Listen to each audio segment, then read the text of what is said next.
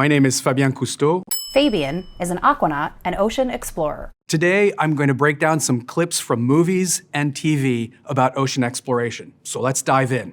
Exploring the Ocean, The Life Aquatic with Steve Zissou.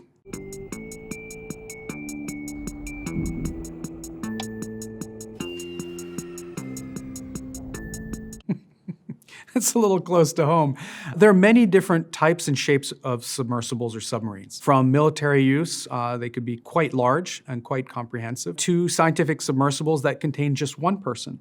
Breathing underwater, Pirates of the Caribbean, Curse of the Black Pearl.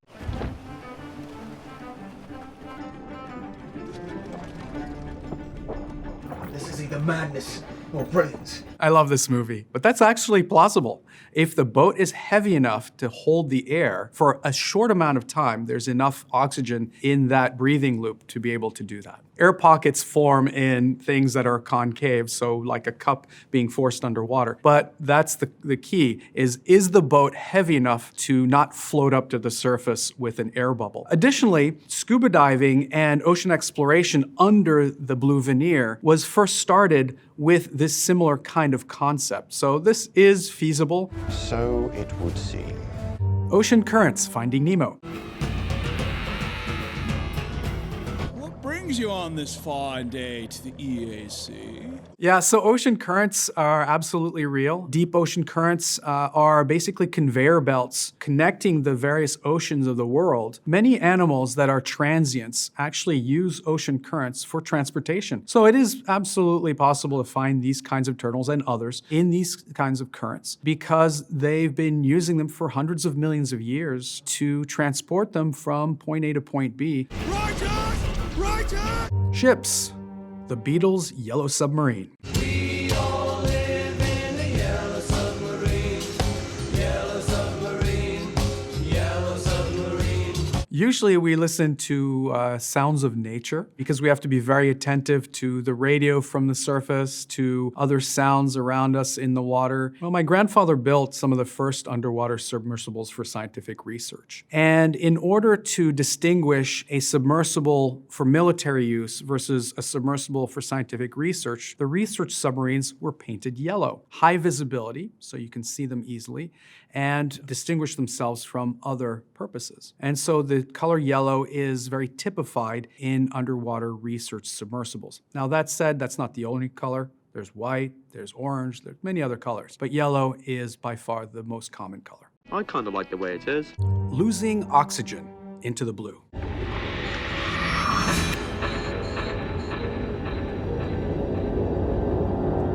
So many things are wrong with this scene. First of all, you shouldn't be low or out of air. If you are, you should be with your buddy who can share air with you. This is an analog pressure gauge, very common, and it's buried in the 0 mark, which means that he just ran out of air completely. And that's an extremely dangerous scenario and one that you're trained to avoid. Yo, check this out.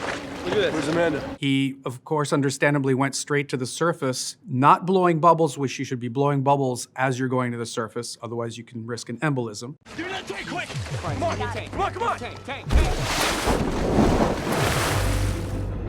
Grabbed a tank with no regulator on to go back down. In emergency circumstances, you can swap those tanks out underwater if you know what you're doing. But this guy looks like he doesn't know what he's doing. Fantasy underwater habitat. Star Wars 1, The Phantom Menace.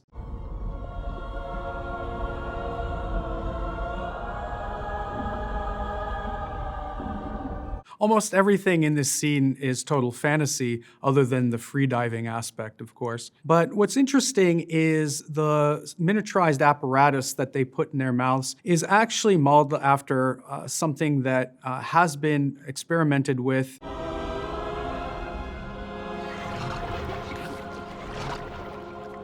In most fantasy renderings of underwater habitats, you see a dome and then you see people in some sort of dry environment underwater city. That's kind of a hybrid idea between what we as human beings need, which is a source of air, a source of breathing gas, and some of these sea creatures who can seemingly transition from a water environment to an air environment without any problem in breathing. That said, we are building an underwater city of sorts, an underwater research station more akin to the the International Space Station of the Sea called Proteus. Proteus will be fully equipped to take on at least 12 to 18 people to house a submarine in a submarine hangar, and to be able to deploy aquanauts for indefinite periods of time in the ocean, and to live underwater for not hours or days, but weeks, months, and possibly longer. Deep diving gear, the abyss. Give me a reading off your liquid oxygen gauge.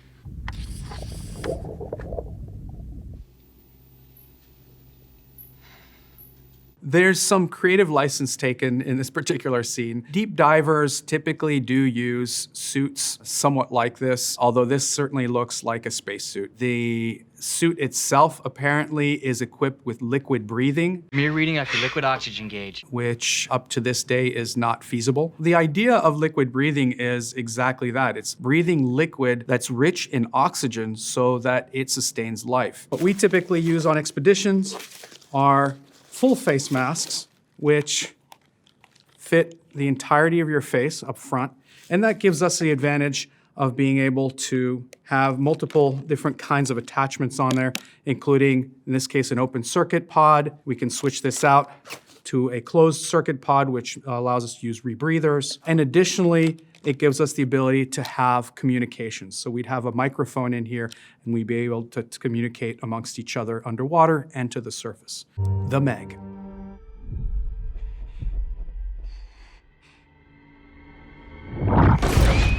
I'd love to have that habitat. That looks pretty cool with the tube and everything else. There are several things wrong with that clip. First of all, scale. There's no shark of that size in existence today.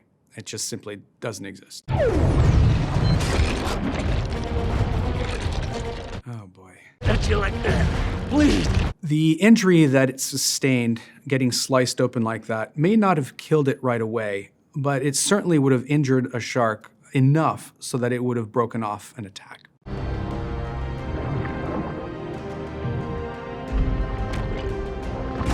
And lastly, I've never seen so many different species of shark in one particular screen or one particular glance. Real interesting, but a total fantasy. At the end of the day, there are only about 90 to 95 shark incidences worldwide, of which a dozen are fatal, which is tragic. But compare that to the 120 million sharks we slaughter every year. Who should be afraid of who? Ocean myths, Atlantis and Aquaman. I want to live there.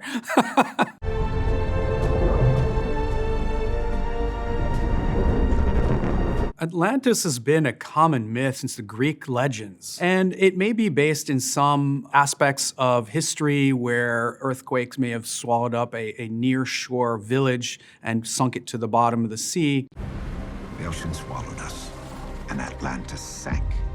People have been fascinated with the ocean world since there have been people on this planet because it's below the blue veneer, it's below that surface area, it's that mystery place that is full of animals and sea creatures and aliens. And so it stands to reason that we would hope and think and dream that there's an underwater city down there somewhere. Oh, I know the story.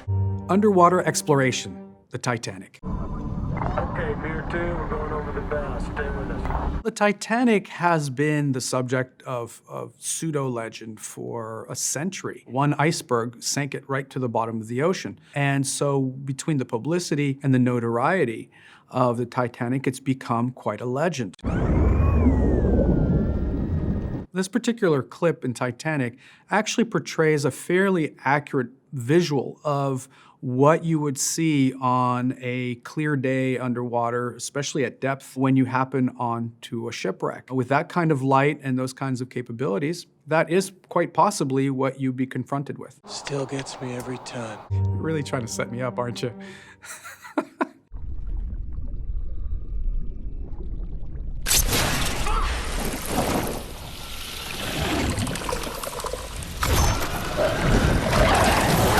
Well, Hollywood has outdone itself yet again. First and foremost, don't touch anything you don't know in the water, ocean, lake, whatever. Just don't touch it. Additionally, laying eggs in long strands like that, I've never seen, especially from a piranha. Certainly aims to be quite an entertaining film.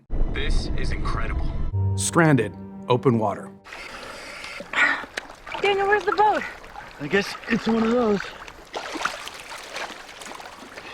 They pretty much did everything that they needed to do when they popped up. Normally when a person goes for recreational diving, they have all the basics, including BCD, mask fin, snorkel, and a tank. In this scenario, like in open water, two things that could save your life and are easy to carry are a whistle to signal attention to the closest boat, and a safety sausage, which when you inflate, comes up 3 to 6 feet, depending on the size of the sausage, so that it signals where you might be. Very simple mechanisms, easy to carry, and can potentially save your life one day. Capturing fish, Finding Nemo.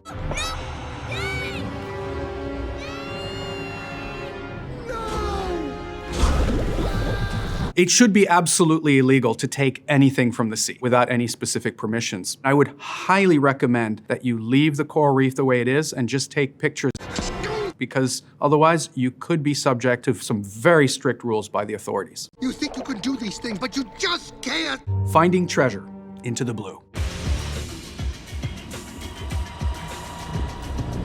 They look like a bunch of Yahoo divers. There are a lot of things that if you're a professional treasure hunter or archaeologist, you simply don't do. First of all, you always wear rash guard or a wetsuit, even in tropical waters. Typically, you don't hang on to each other with one DPV or diver propulsion vehicle.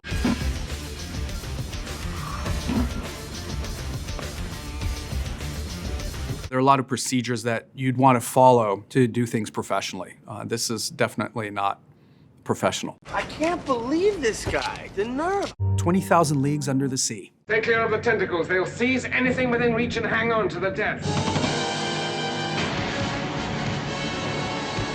There are a lot of rumors why the giant squid has become this mythological animal. I would imagine you find little tantalizing bits of evidence washed up on shore, and the imagination fills in the blanks, and so you create a sea monster. Giant cephalopods, including squid, exist, and we haven't really done a good job at finding them or filming them. There have been sailor stories of large animals like giant squid, sometimes wrapping their tentacles around their boats. I would imagine that there may be a time down the road where a deep sea submersible, not a large submarine like Nemo's, but a small submersible, may have an encounter with a squid or some other kind of cephalopod. It's possible that it may get curious and wrap its tentacles.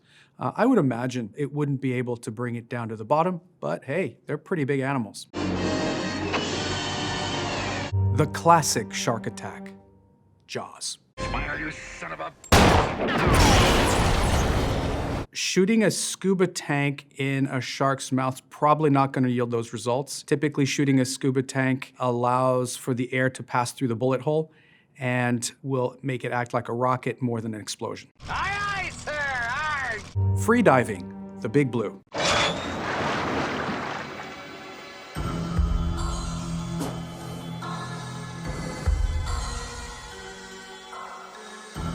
There's many different kinds of free diving, from variable weight to constant weight to assisted to unassisted. In this particular case, the protagonist goes down to the bottom on a sled, so variable weight, and goes to the depths in the dark to experience the ocean. I've got to go and see. Those who do free diving, they would consider this a more pure form of diving.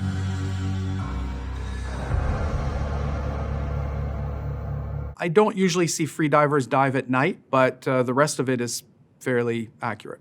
Defense against sharks. Lara Croft Tomb Raider, Cradle of Life.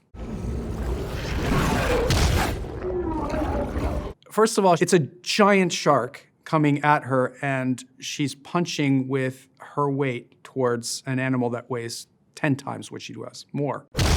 Not realistic. Secondly, sharks don't yawn underwater. It was a common practice and common thought that punching a shark in the nose was a good deterrent in case you were face to face with an animal that was aggressive. We've since found out that you actually have a good chance of angering the animal.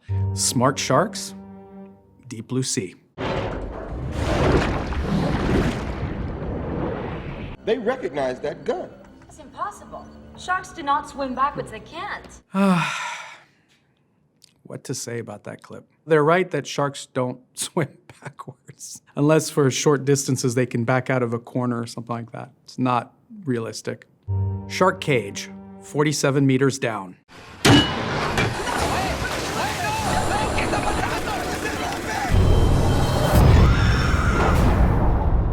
One of the first things that you do in that kind of scenario is you have a backup connection to the boat. It's almost impossible for something to fail, but if it does, you're always attached to the boat and you don't go sinking to the bottom. Oh my God, look at those teeth! Oh, I can't believe how close they are! There are several things that are very real reactions. For example, if this is your first time shark cage diving, it's very impressive. It's can be a little intimidating or scary. Are you girls okay?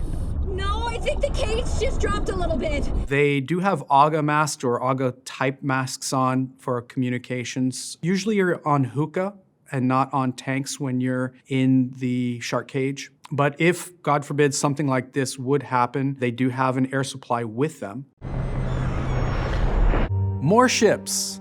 The Life Aquatic with Steve Zissou. Here's where we do all our different science projects and experiments. This is the kitchen, which contains probably some of the most technologically advanced equipment on the ship. That clip comes very close to home. The Calypso was my home growing up, and the crew were family. The Belafonte is quite similar in that nature. Topside, we've got the bridge, the mini-sub, an old chopper, and all kinds of radar and sonar and underwater movie gadgets.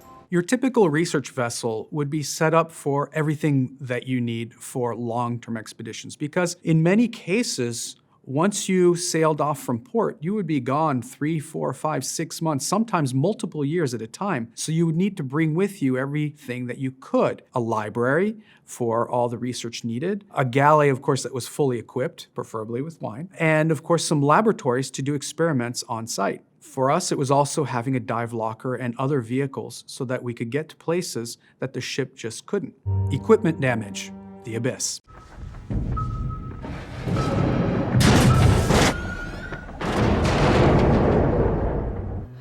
Oh, shit. That's about what everyone would say in that scenario. Having equipment that's tethering you to the surface, coming down from the surface, is potentially devastating. Close all the exterior hatches, let's move, let's go, go, go, go, go! Taking away the fantastical aspects for a moment, teams such as the one in the Abyss are mimicking some of the functionality of teams in exploration for deep ocean in the realms of oil exploration, cable laying, et cetera, et cetera, et cetera. Diving gear, men of honor. 1, 2, 3. Ah, yes, lead feet. Although I've never been in the US Navy, this seems like a fairly extreme test for the US Navy diver. The equipment that he was donning is hundreds of pounds, and it is extremely difficult to move in. So you have to be very well trained and great physical shape. They used to use those for training in the old days, and it was commonplace before scuba to use hard hat diving to explore the bottoms of the ocean. Underwater explosions, lost.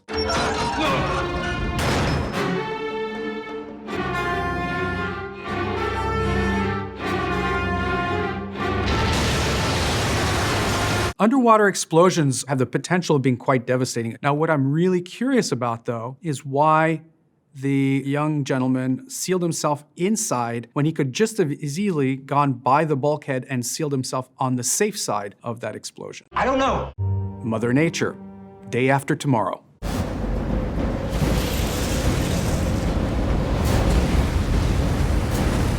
Everyone's worse now. No one's gonna sleep after this. No one in cities near shore. So tsunamis, huh? Tsunamis and large waves can be triggered by many things, including tectonic plates shifting. Luckily, this is very rare, but it does happen. It's happened in the South Pacific several times, and unfortunately, lives get lost. In this particular fictitious scenario, that's hundreds of thousands, if not millions of lives that could be lost. I guess if we lived on a different planet that didn't have an ocean, we could avoid these kinds of issues. But the reason why we exist, the reason why everything that we know, we love, we cherish exists, is thanks to the ocean. Conclusion. One of my goals in life is to have people fall in love with the ocean the way I did as a child. As much as I love Hollywood and fiction, the reality of ocean is much more mesmerizing. It's Pandora's box of mysteries waiting to be uncovered. It's a very unique, magical place that deserves your attention.